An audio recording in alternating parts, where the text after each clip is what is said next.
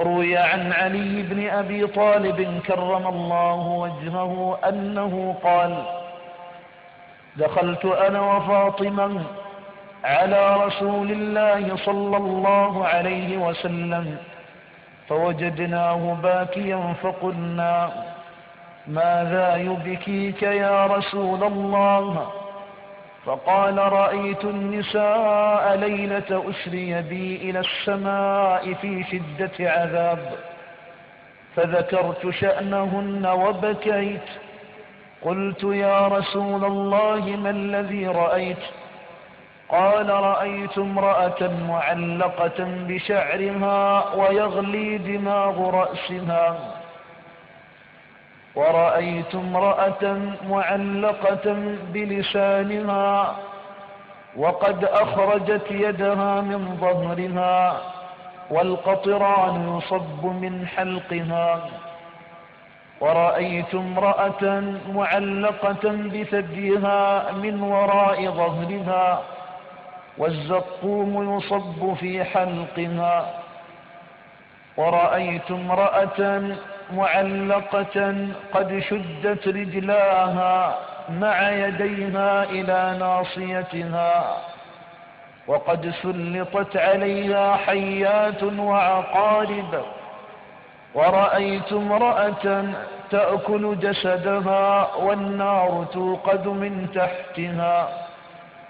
ورأيت امرأة تقطع جسدها بمقراض من النار، ورأيت امرأة مسودة الوجه وتأكل أمعاءها، ورأيت امرأة صماء عمياء خرساء في تابوت من نار يخرج دماغها من منخرها وبدنها منتن من البرص والجذام، ورأيت امرأة رأسها كرأس الخنزير وبدنها كبدن الحمار لها 1000 نوع من العذاب، ورأيت امرأة على صورة الكلب تدخل العقارب والحيات من قبلها أو من فيها وتخرج من دبرها،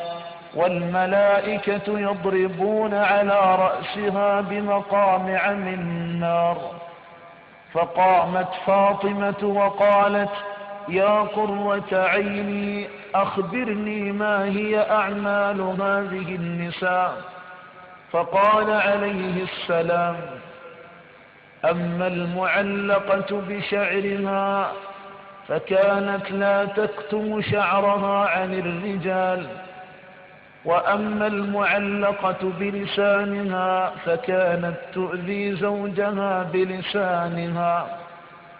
ثم قال عليه السلام: ما من امرأة تؤذي زوجها بلسانها إلا جعل الله بلسانها يوم القيامة 70 ذراعا ثم عقد خلف عنقها.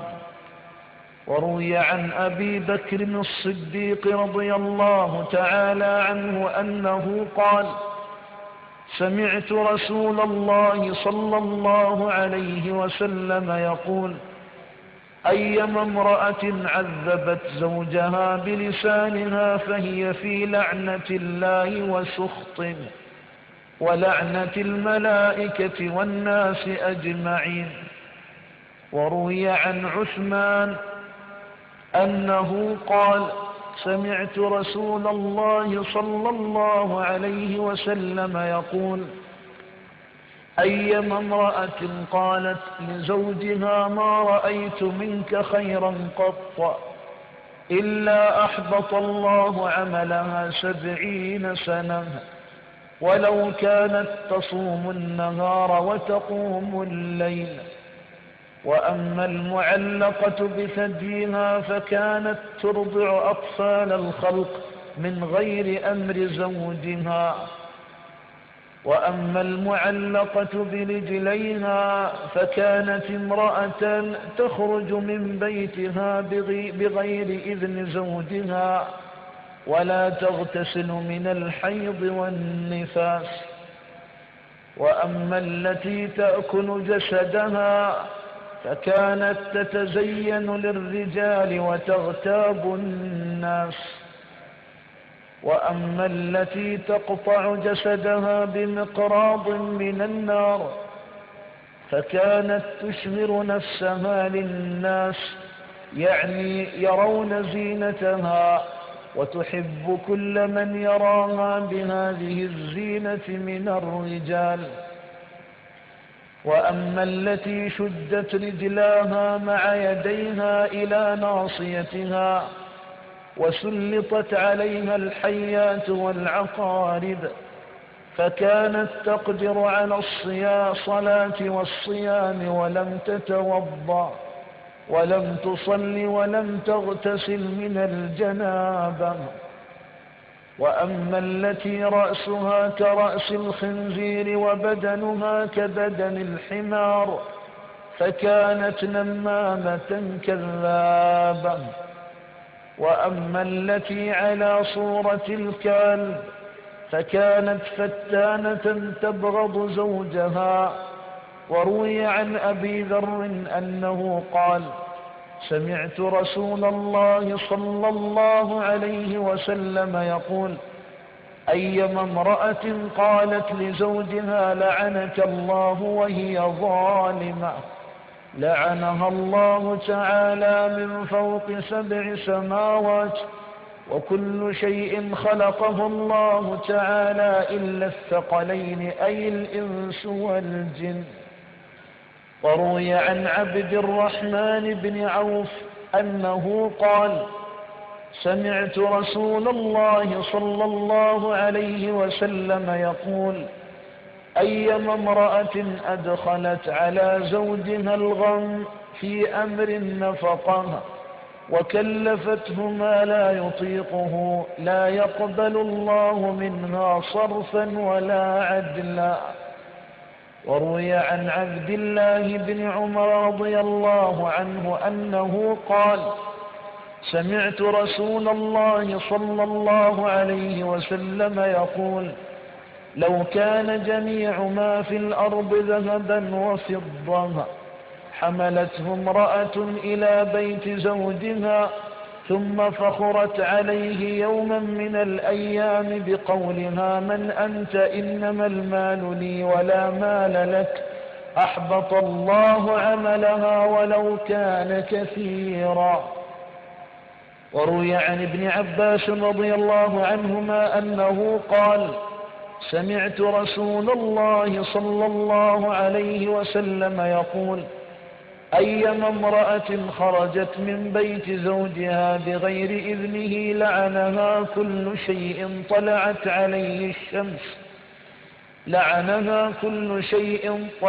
عليه الشمس والقمر حتى ترجع إلى بيت زوجها.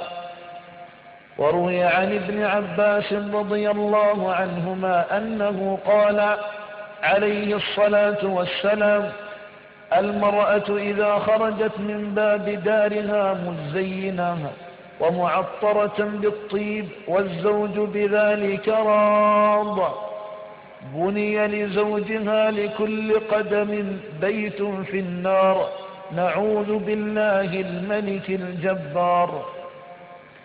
وروي عن طلحة بن عبد الله رضي الله عنه أنه قال: سمعت رسول الله صلى الله عليه وسلم يقول: أيما امرأة كلحت في وجه زوجها فتدخل عليه الغم فهي في سخط الله إلى أن تضحك وجه زوجها فتدخل عليه السرور.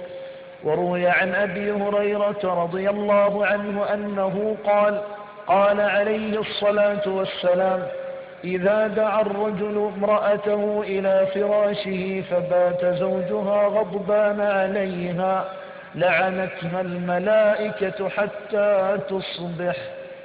وروي عن سلمان الفارسي أنه قال: دخلت فاطمة رضي الله تعالى عنها على رسول الله صلى الله عليه وسلم فلما نظرت إليه دمعت عيناها وتغير لونها، فقال عليه الصلاة والسلام: ما لك يا ابنتي؟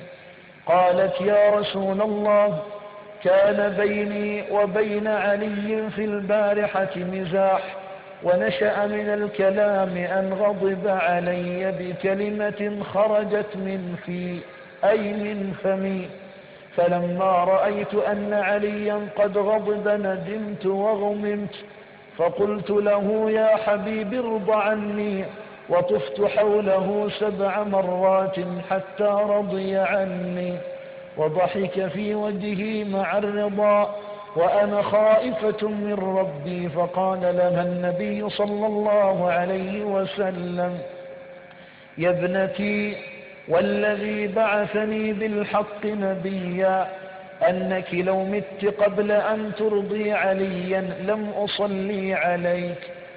ثم قال: يا ابنتي، أما علمت أن رضا الزوج هو رضا الله، وغضب الزوج هو غضب الله؟ يا ابنتي، أيما امرأة عبدت عبادة كعبادة مريم ابنة عمران ثم لم يرض عنها زوجها لم يقبل الله تعالى منها. يا ابنتي، أفضل أعمال النساء طاعة الزوج، وبعده ليس لها عمل أفضل من الغزل. يا ابنتي، جلوس ساعة عند الغزل خير لهن من عبادة سنة، ويكتب لهن بكل طاقة أي بكل نوع من الثياب من غزلهن ثواب شهيد.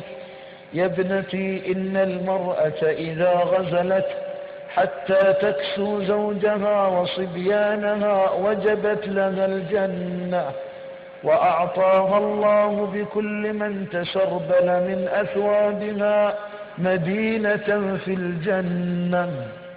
حال يرعب وحال